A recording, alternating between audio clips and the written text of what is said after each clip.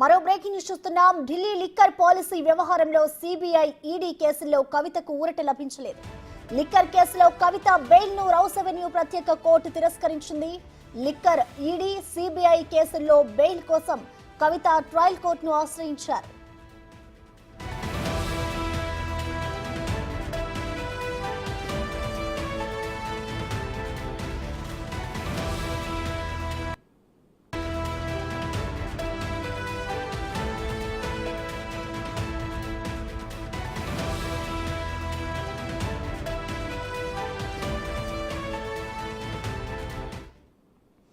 దీనికి సంబంధించిన complete details Delhi నుంచి మా ప్రతినిధి శివ లైవ్ లో అందిస్తారు. శివ, చెప్పండి, కవిత బెయిల్ పిటిషన్ కి సంబంధించి అయితే రౌస్ అవెన్యూ కోర్టు తిరస్కరించినట్లు తెలుస్తోంది.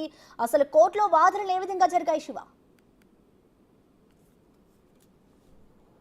Right Prasanna, Delhi liquor policy CBI ED కేసుల్లో కూడా కవితకు ఊరట దక్కలేదు. కవితకు చుక్కేదని చెప్పుకోవచ్చు. ఢిల్లీ లిక్కర్ పాలసీలో కవితని కీలకంగా వ్యవహరించారు, కింగ్ పిన్ గా వ్యవహరించారు. ఆర్థిక లావాదేవీలకు సంబంధించి కవిత సౌత్ గ్రూప్ నుంచి 100 కోట్ల రూపాయలు అరవింద్ కేజ్రీవాల్కు ముట్ట చెప్పారు అనేది ప్రధానంగా ఈడీ సిబిఐ వాదనలు వినిపించారు. ఆ వాదనలు పరిగణనలోకి తీసుకుని కవితకు బెయిలు నిరాకరిస్తూ కూడా కోర్టు న్యాయమూర్తి కావేరీ బవేజా తీర్పును వెలువరించారు. అంటే కనీసం సిబిఐ ఈడీ కేసులో అయినా బెయిల్ వస్తుందంటూ కూడా వచ్చే అవకాశం ఉందంటూ కూడా ముందుగా వారు భావించారు కవిత తరపు న్యాయవాదులు. అంటే ఒక కేసులో బెయిల్ వచ్చింది, ఇంకో కేసులో ఈడీ కేసులో కస్టడీలో ఉన్నప్పటికీ కూడా సిబిఐ కేసులో వచ్చే అవకాశం ఉందంటూ కూడా కొన్ని ఊహాగానాలు వ్యక్తమయ్యాయి. కానీ ఆ ఊహాగానాలు కూడా తెరదించుతూ 2 కేసులు కూడా బెయిల్ తిరస్కరించినట్లుగా కూడా న్యాయమూర్తి కావేరీ బవేజా తీర్పునైతే కొద్దిసేపు క్రితం వెలువరించారు. ఇక రేపటితో కవిత జ్యుడిషియల్ కస్టడీ కూడా ముగినుండడంతో రేపు వీడియో కాన్ఫరెన్స్ ద్వారా హాజరుపరచాలా అయితే నేరుగా హాజరుపరచాలనే దానిపై కూడా మధ్యాహ్నం 2 గంటలకు నిర్ణయాన్ని అయితే కావేరీ బవేజా వెల్లడించబోతున్నారు. ఇక మొత్తంగా చూసుకుంటే 2021-22 ఢిల్లీ లిక్కర్ పాలసీకి సంబంధించి అవకతవకలు జరిగాయి.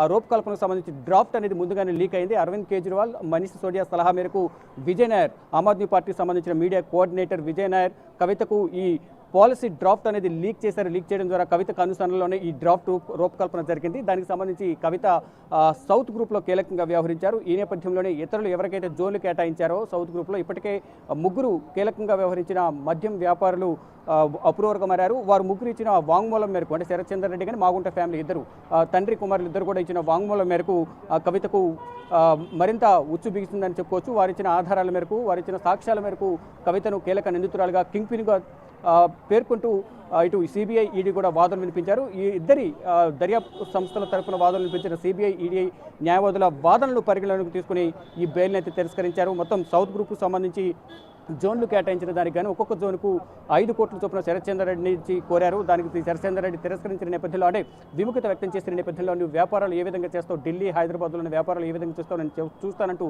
బెదిరించారు అనేది కూడా సిబిఐకి శరత్ చంద్ర రెడ్డి వాంగ్మూలం ఇచ్చినట్టు తెలుస్తుంది. మరోవైపు జాగృతికి ఇచ్చిన 80 లక్షలు కానీ, మరోవైపు మహబూబ్ నగర్లో 14 కోట్లకు సంబంధించి ఆర్థిక లావాదేవీలు లేని భూమిని ఉన్నట్లుగా కొనుగోలు చేసినట్లుగా 2021 జూన్ అలాగే నవంబర్లో 14 కోట్ల బ్యాంక్ ట్రాన్సాక్షన్ జరిగిన ఆధారాలను కూడా సిబిఐకి శరత్ చంద్ర రెడ్డి ఇచ్చినట్లుగా కూడా తెలుస్తుంది. దానికి సంబంధించి కూడా గతంలో వాదనల సందర్భంగా సిబిఐ వాదనలు వినిపించింది కోర్టులో. ఇక వాటిని కూడా పరిగణలోకి తీసుకుని, వీటన్నింటినీ పరిగణలోకి తీసుకుని, అంటే ఒకవేళ ఇప్పుడు బెయిల్ మంజూరు చేయడం ద్వారా, ఒకవేళ సిబిఐ కానీ ఈడీ కానీ 2 కేసుల్లో ఏదో ఒక కేసులో బెయిల్ మంజూరు చేయడం ద్వారా సాక్షులను ప్రభావితం చేసే అవకాశం ఉంది. కాబట్టి కవితకు బెయిల్ మంజూరు చేయొద్దు.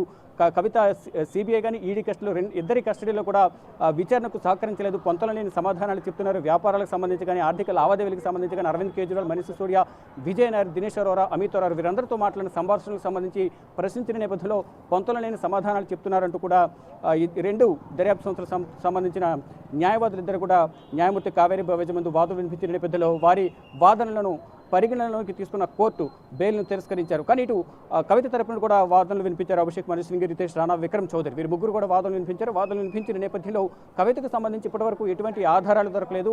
ఎవరో వాంగ్మూలం ఇచ్చారు, నోటి మాట ద్వారానే కవితకు నోటీసులు జారీ చేసి అరెస్ట్ చేశారు, విచారిస్తున్నారు.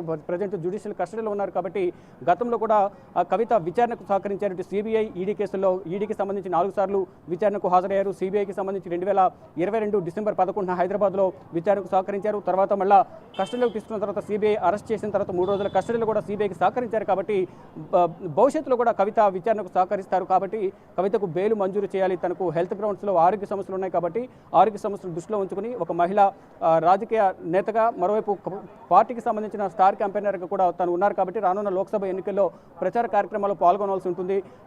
పార్టీ కొన్ని బాధ్యతలు అప్పగించింది కాబట్టి ప్రచార కార్యక్రమం పాల్గొనేందుకు అవకాశం కల్పించాలని కోరిన నేపథ్యంలో ఈ కవిత తరపు న్యాయవాదుల వాదనలు పరిగణలోకి తీసుకోకుండా కోర్టు అంటే పరిగణలోకి తీసుకోలేదు కోర్టు. ఈ నేపథ్యంలోనే అటు సిబిఐ ఈడీ న్యాయవాదుల వాదనలను ఏకీభవించిన కోర్టు బెయిల్ను తిరస్కరించారు.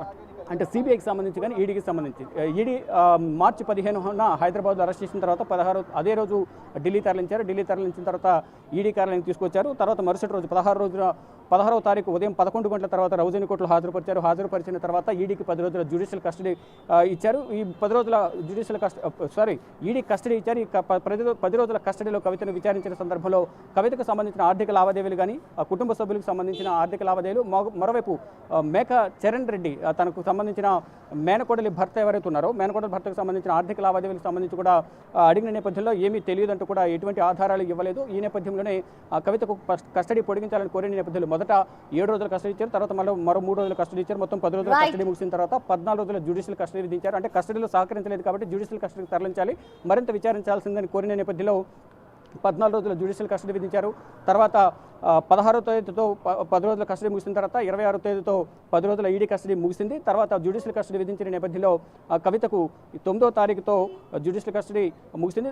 ఈ జ్యుడిషియల్ కస్టడీలో ఉండగానే సిబిఐ కూడా విచారించి 11వ తేదీన అరెస్ట్ చేసింది. అరెస్ట్ చేసిన తర్వాత 3 రోజుల కస్టడీ తీసుకున్న తర్వాత 14వ తేదీన రౌజని కోర్టులో హాజరుపరిచారు. ఇక రౌజని కోర్టులో హాజరుపరిచిన సందర్భంలోనే ఇది సిబిఐ కస్టడీ కాదు బీజేపీ కస్టడీ అంటూ కూడా వ్యాఖ్యలు చేసిన నేపథ్యంలో ఆ రోజు నుంచి కూడా కవితను నెక్స్ట్ వీడియో కాన్ఫరెన్స్ ద్వారా హాజరుపరచాలంటూ కూడా న్యాయమూర్తి ఆదేశాలు జారీ చేశారు. తర్వాత వీడియో కాన్ఫరెన్స్ ద్వారా కవితను న్యాయమూర్తి ముందు హాజరుపరిచారు. ఇక రేపటితో జ్యుడిషియల్ కస్టడీ ముగిన నేపథ్యంలో వీడియో కాన్ఫరెన్స్ ద్వారానే హాజరుపరచాలని ఆదేశాలు జారీ చేసిన నేపథ్యంలో వీడియో కాన్ఫరెన్స్ ద్వారా కాకుండా నన్ను నేరుగా హాజరుపరచాలంటూ కూడా కవిత పిటిషన్ దాఖలు చేశారు. దానికి సంబంధించి మధ్యాహ్నం 2 గంటలకు వీడియో కాన్ఫరెన్స్ ద్వారా హాజరు కావాలా నేరుగా హాజరు కావాలా అనే దానిపై కూడా తీర్పు వెల్లడించే అవకాశం అయితే కనిపిస్తుంది. ప్రసన్న.